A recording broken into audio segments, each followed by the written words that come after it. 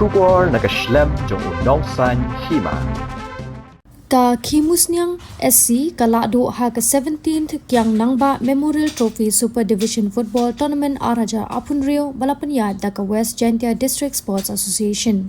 Kani ka nam Lahduh kalawan hadin baka Khimusniang SC kalapanram ya kala thalabo SC da saw la argol lingba ka jingishut tie breaker ha ka jingela kai final kabalalong hamadan Kiang Nangbah Stadium Jawai ha kalai poitrik ukala lingkot. Yakani kalimpung ilekay lawan ban penha perda da Menteri Katanat Sports and Youth Affairs ka Sorka Jilla uba wailat Miki Shilla.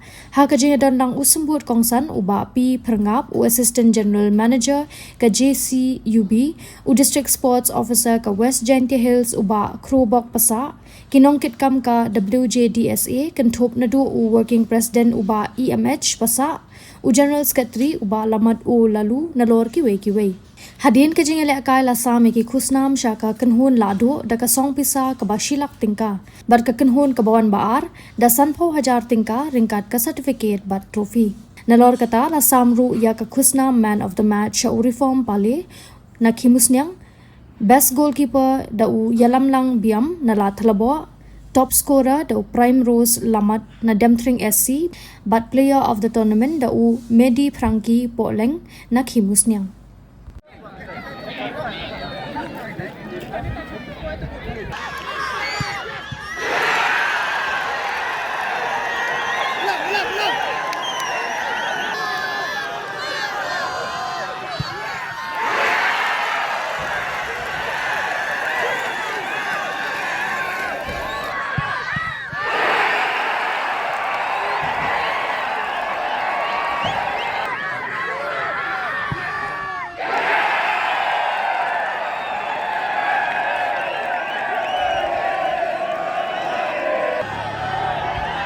Mang kan dia tu.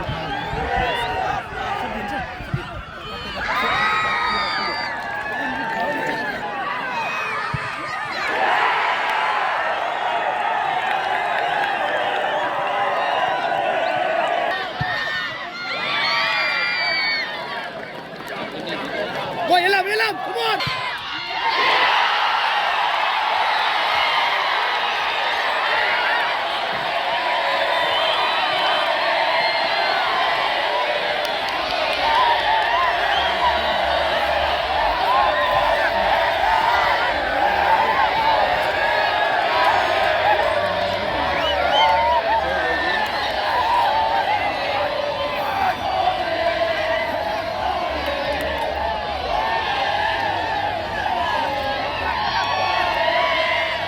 Prize distribution.